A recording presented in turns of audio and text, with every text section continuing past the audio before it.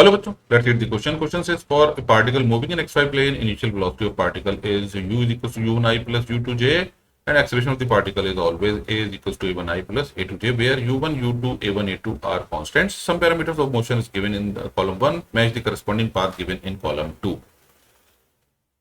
तो यहाँ पर हमें u1 और u2 की कंडीशन दे रखी है और पाथ ऑफ द पार्टिकल दे रखा है। तो सबसे पहले हम क्या करेंगे, सबसे पहले हम इक्वेशंस लिखेंगे, यानी सबसे पहले हमारी जो x के लिए इक्वेशन बनेगी उसमें वेलोसिटी अलोंग x एक्सिस है u1 और एक्सेलरेशन है a1। तो x के लिए हमारा कंपोनेंट बन जाएगा u1t प्लस 1/2 a1t स्क्वायर, और y के लिए बन जाएगा y is equals to u2t plus 1/2 a2t square. हमने सेकेंड इक्वेशन ऑफ मोशन का यूज किया है क्योंकि एक्सेलरेशन कांस्टेंट दे रखा है। अब ये कहता है कि u1 is not equal to 0 but u2 is equal to 0। तो अगर u2 0 है इसका मतलब y इज इक्वल टू हो जाएगा 1/2 a2 इंटू टी स्क्वायर। अब यहां पर हम देख सकते हैं t की जो वैल्यू आ रही है t इज इक्वल टू है और root under 2y upon a2।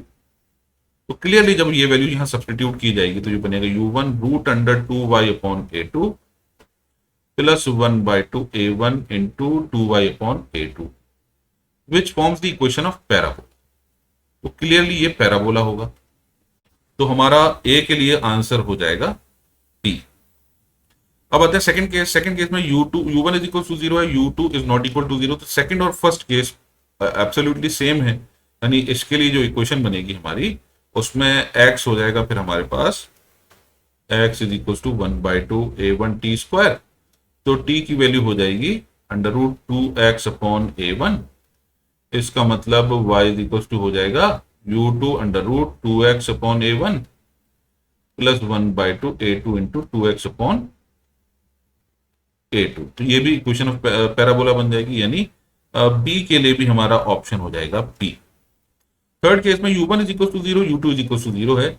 इसका मतलब x की वैल्यू बन जाएगी 1/2 a1 into t square and y is equal to 1/2 a2 into t square. Solve करने पर यानी दोनों की रेशियो लेने पर मिलेगा x upon y is equal to a1 upon a2। Clearly this is the equation of straight line. तो c के लिए हमारा हो जाएगा path must be straight line, that is q।